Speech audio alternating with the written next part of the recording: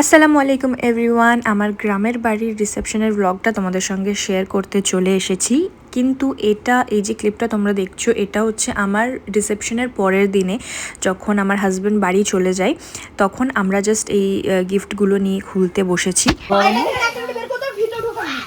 আল্লাহ গো, দেখি আম্মু সরো ওয়াইডে করো, ওয়াইডে এটা খুলতে আসতো তো হাত দিয়ে তুলবি, শ্যাম্পু করে এসে বসে আছি। জাভেদকে দেখাবো যে এইগুলো দেখতেই পাচ্ছ আমরা দারুণ মজা করে গিফট খুলেছি, খুব মজা হয়েছে একসাথে। তারপর আমি এক সপ্তাহের কোনো ভিডিও ব্লগ কিচ্ছু করিনি। আমাদের গ্রামের বাড়ির যে রিসেপশনটা ছিল সেটা ছিল আমার কলকাতার বিয়ের এক সপ্তাহ পরে। আর দেখো ফাইনালি ওই দিনটা চলেও এসেছে, আমরা গ্রামের বাড়ি যাচ্ছি সবাই মিলে সেজে গুজে। আমি তো এই দিনটার জন্য ভীষণ এক্সাইটেড ছিলাম। আর আমি ফার্স্ট টাইম এরকম শাড়ি পরে সেজে গ্রামের বাড়িতে যাচ্ছিলাম। আমাকে একটু অকওয়ার্ড লাগছিল, কিন্তু দেখতেও সুন্দর লাগছিল। আর এখানে দেখো গাড়িতে যেতে যেতে আমার হাজব্যান্ড আমার হাতে ওনার নাম খোঁজার চেষ্টা করছে, কিন্তু পাচ্ছে না। আর তোমরা হয়তো ভাববে যে আমার বিয়ের এক সপ্তাহ পর আমরা গ্রামের বাড়িতে যাচ্ছি, তো আমার স্টেন মেহেন্দির এত সুন্দর কি করে এখনও আছে। আমি আসলে মেহেন্দিটা রিডু করিয়েছিলাম। এই তো টুকটুক করে যেতে যেতে একটু খাওয়া দাওয়া করতে করতে আমরা ফাইনালি দেখো পৌঁছে গেছি।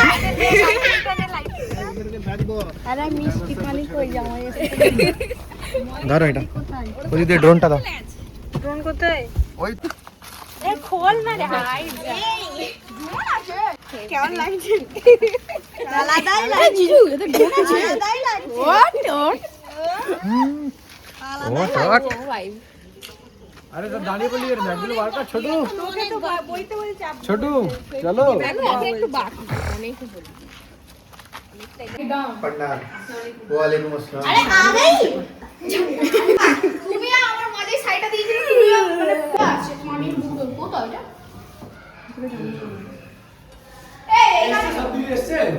খালি বসে বসে ট্যান্ডালি করছে, এসছে সবকিছু।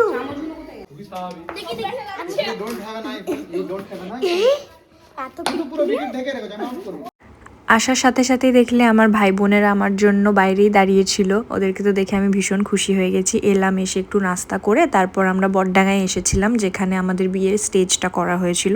আর এটা ছিল এন্ট্রির গেটটা খুব সুন্দর হয়েছিল। স্টেজের একটা রঙের ফুল আমাদের পছন্দ হয়েছিল না, সেটা পরে চেঞ্জ করে দেওয়া হয়েছিল। আর আমাদের বাড়িটা জাস্ট দেখো, রাস্তা থেকে মানে বটডাঙ্গা থেকে যখন আমরা আসছিলাম, রাস্তা থেকে এত সুন্দর লাগছিল যে বলার মতো না। স্টার্ট কর। চোখ কোথা রে? When cousins are together. ওই হাত লাগতো জোর করে বলছে হাত লাগতো।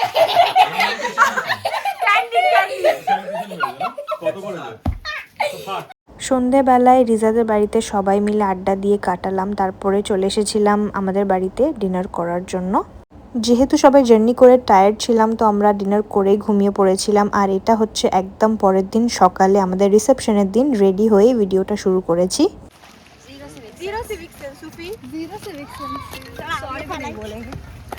রিজার বিয়েতে যে রিজাকে সাজাতে এসেছিল কলকাতা থেকে, আমার ফ্রেন্ড বলতে পারো, ও আমাকে আমার গ্রামের রিসেপশনেও সাজাতে এসেছিল কলকাতা থেকে। আর এই যে আমরা এবার এন্ট্রি করছি। আমরা টাইমেই রেডি হয়ে গিয়েছিলাম সবাই, আর তখন অত কেউ গেস্ট আসেনি। আগের দিন যখন দেখতে এসেছিলাম রাতের অন্ধকারে অতটা বোঝা যাচ্ছিল না, কিন্তু দিনের আলোয় পুরো জায়গাটা অনেক সুন্দর লাগছিল, তোমরা দেখতেই পাচ্ছ। আর গ্রামের বাড়ির পুরো দায়িত্বটাই বলতে পারো আমার মেজো কাকুর ওপর ছিল, উনি এখন গ্রামের বাড়িতে থাকেন। অনুষ্ঠান তো আমাদের অনেক আগেই শুরু হয়ে গেছে, অনেক গেস্টরাও চলে এসেছে যেমনটা তোমরা দেখতে পেলে। আর আমার ইনলজরাও অনেক তাড়াতাড়ি চলে এসেছিলেন কলকাতা থেকে, কিন্তু ওনাদের সাথে আমার ফোনে আলাদা করে কোনো ক্লিপ নেই, কিন্তু আমি তোমাদের সাথে কয়েকটা পিকচার শেয়ার করছি।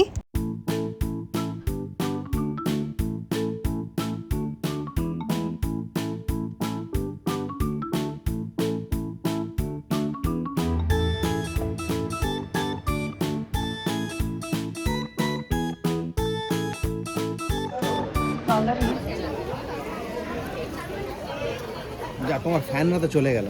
হ্যাঁ ব্লগ হচ্ছে, তোমার সাবস্ক্রাইবাররা চলে গেল। সাবস্ক্রাইবার এখন এখানে ছিল, যে ফোন নিলে ওরা চলে গেল। খুব সুন্দর লাগছে, সেলফিও খুব সুন্দর দিচ্ছেন, পার্টনারও খুব সুন্দর পেয়েছেন। থ্যাংক ইউ, ধন্যবাদ, অসংখ্য ধন্যবাদ। সিনা আমরা চওড়া মা বলেছেন কত স্টার দেবেন, আমি বলছি 7 স্টার দেবেন। ও আচ্ছা। দুটো জামাইয়ের মাঝখানে বসে বড় দিদা কি সুন্দর ছবি তুলছে, কি কিউট লাগছে তাই না? আমার দিদাও যদি বেঁচে থাকতো তাহলে উনি কতই না খুশি হতো, জাস্ট ওটাই তখন আমি ভাবছিলাম।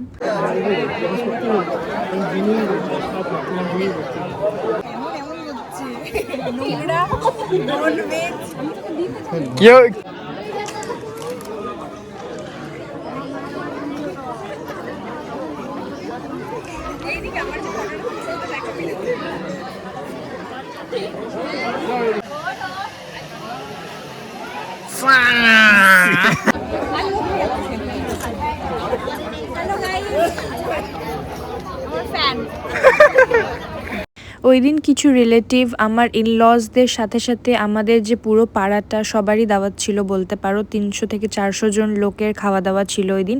এবার সবার খাওয়া দাওয়া শেষ হতে হতে ফাইনালি আমরা একদম লাস্ট ব্যাচে, আমি, আমার হাজব্যান্ড, তারপর রিজা, জিজু, সবাই আমরা একসাথে এখানে খেতে বসে পড়েছি। আমাদের এই দিনের রান্না যিনি করেছিলেন, প্রত্যেকটা রান্না এত ভালো হয়েছিল, কিন্তু উনি আর এই পৃথিবীতে নেই। খুবই আনফর্চুনেট এটা, আমাদের এই কাজটা করার পরেই উনি মারা যান। এই ব্যাপারটা আমরা জানতাম না। ওনাকে অন্য একটা কাজ দেওয়ার জন্যই আমাদের বাড়ি থেকে কল করা হয়েছিল। তখন ওনার ওয়াইফ জানায় যে উনি আর এই পৃথিবীতে নেই। কি বড় দিয়েছে।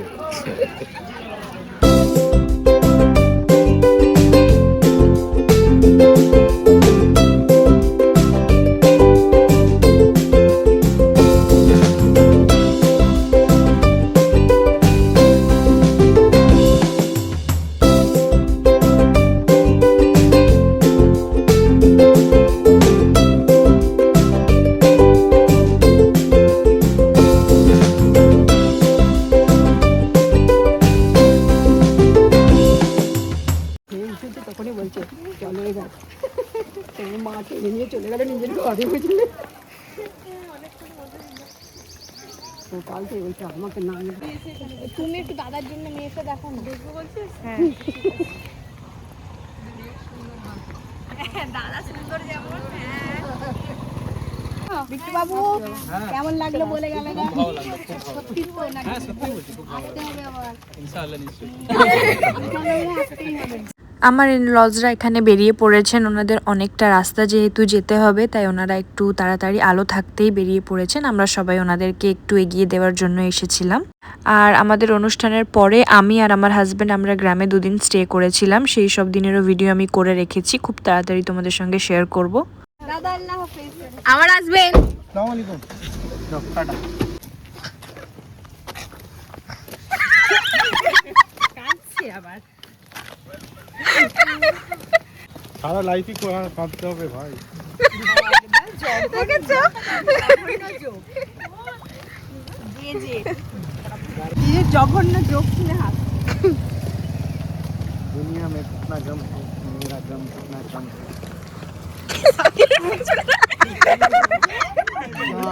ये भाई ওটা শ্বশুর হয় আমার।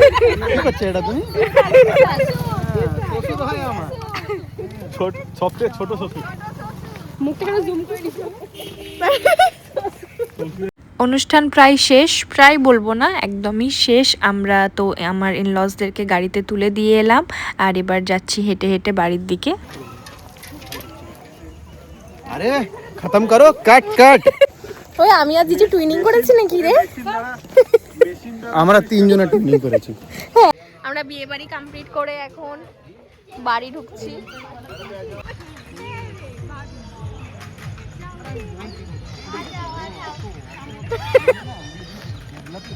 এই আর জোরে জোরে বল, প্যাক আপ বলে দে জোরে একটা ওয়ার্ড। Pack up.